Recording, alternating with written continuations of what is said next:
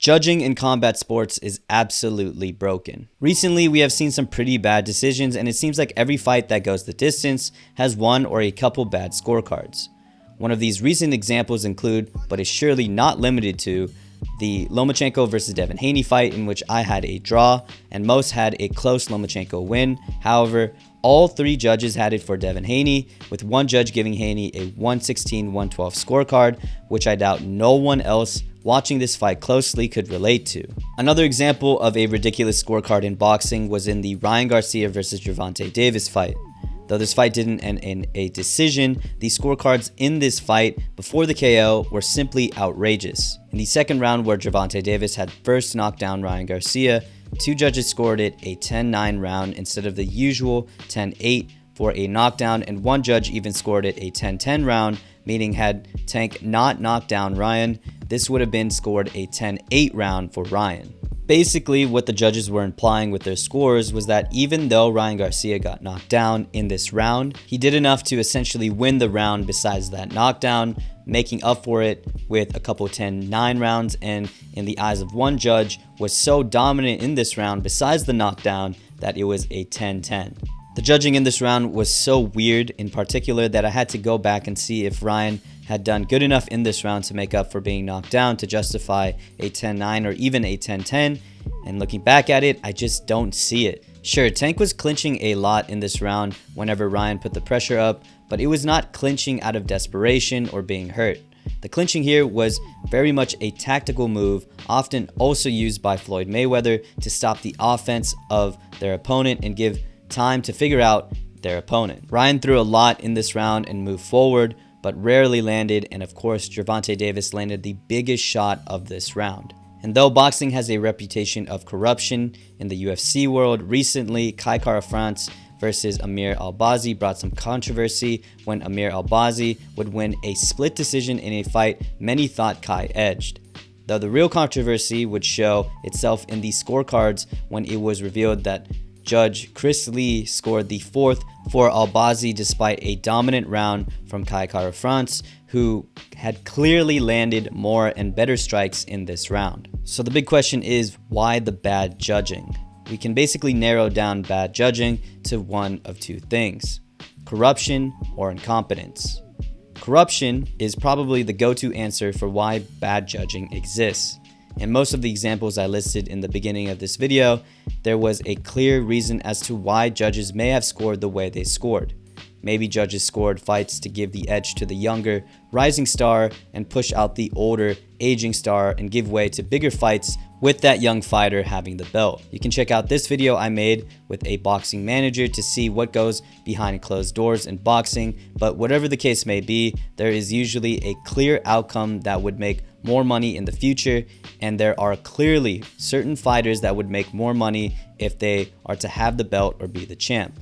And considering judges are not technically paid that much and do not receive things like a salary and benefits, this means they are susceptible to the rich puppet masters of combat sports and their lucrative bribes.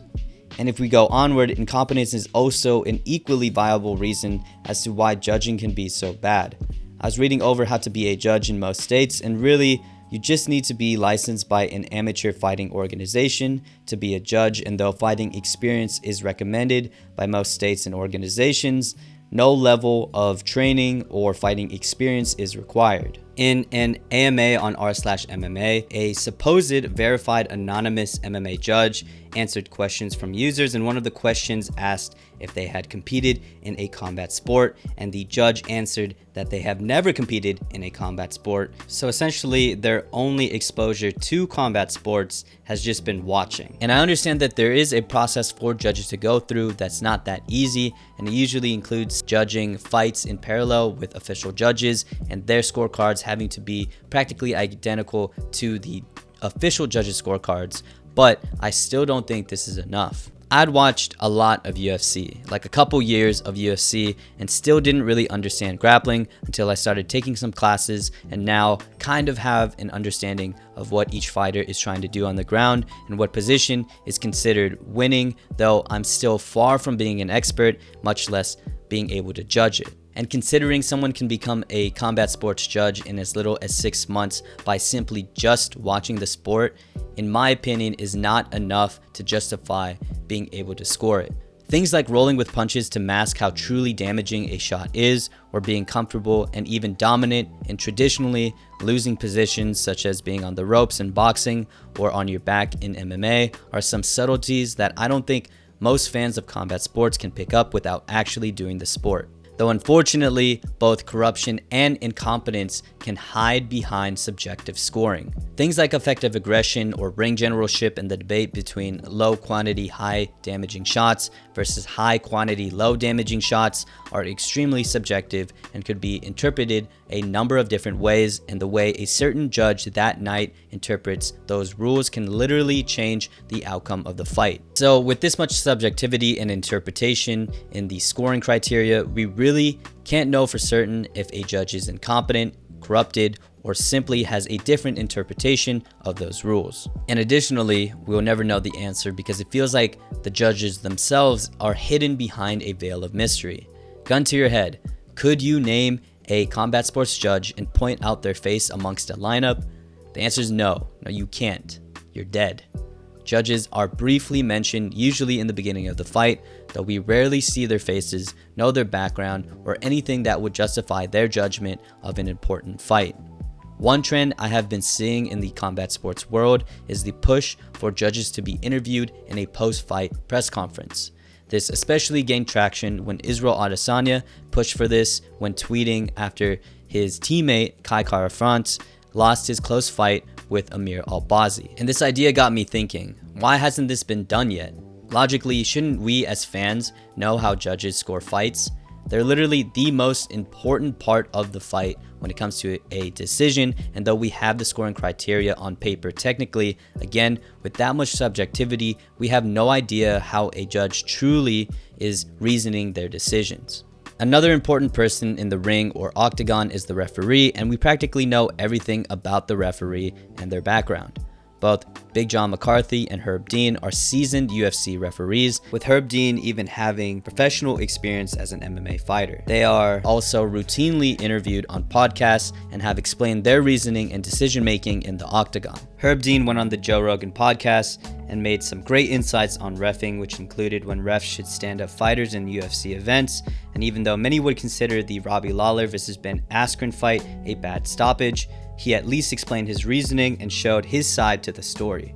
But the same cannot be said about judges. Again, we don't know who they are, their experience in boxing or MMA, if any, and most importantly, we will never understand their reasoning behind their scoring. Because of this, we are left with assumption and speculation with why bad decisions are made, and in the best case for these judges, it's because of incompetence, and in the worst case for us fans, it's because of corruption. So how can we fix this? I think based on the problems we've seen in judging, I think the fixes are pretty straightforward and simple. For one, judges need, as in they are required, to have at least 5 years of combat sports training in the combat sport they are to judge in. Secondly, the scoring system needs to change so that everyone, or at least mostly everyone, can agree on which rounds go to which fighter.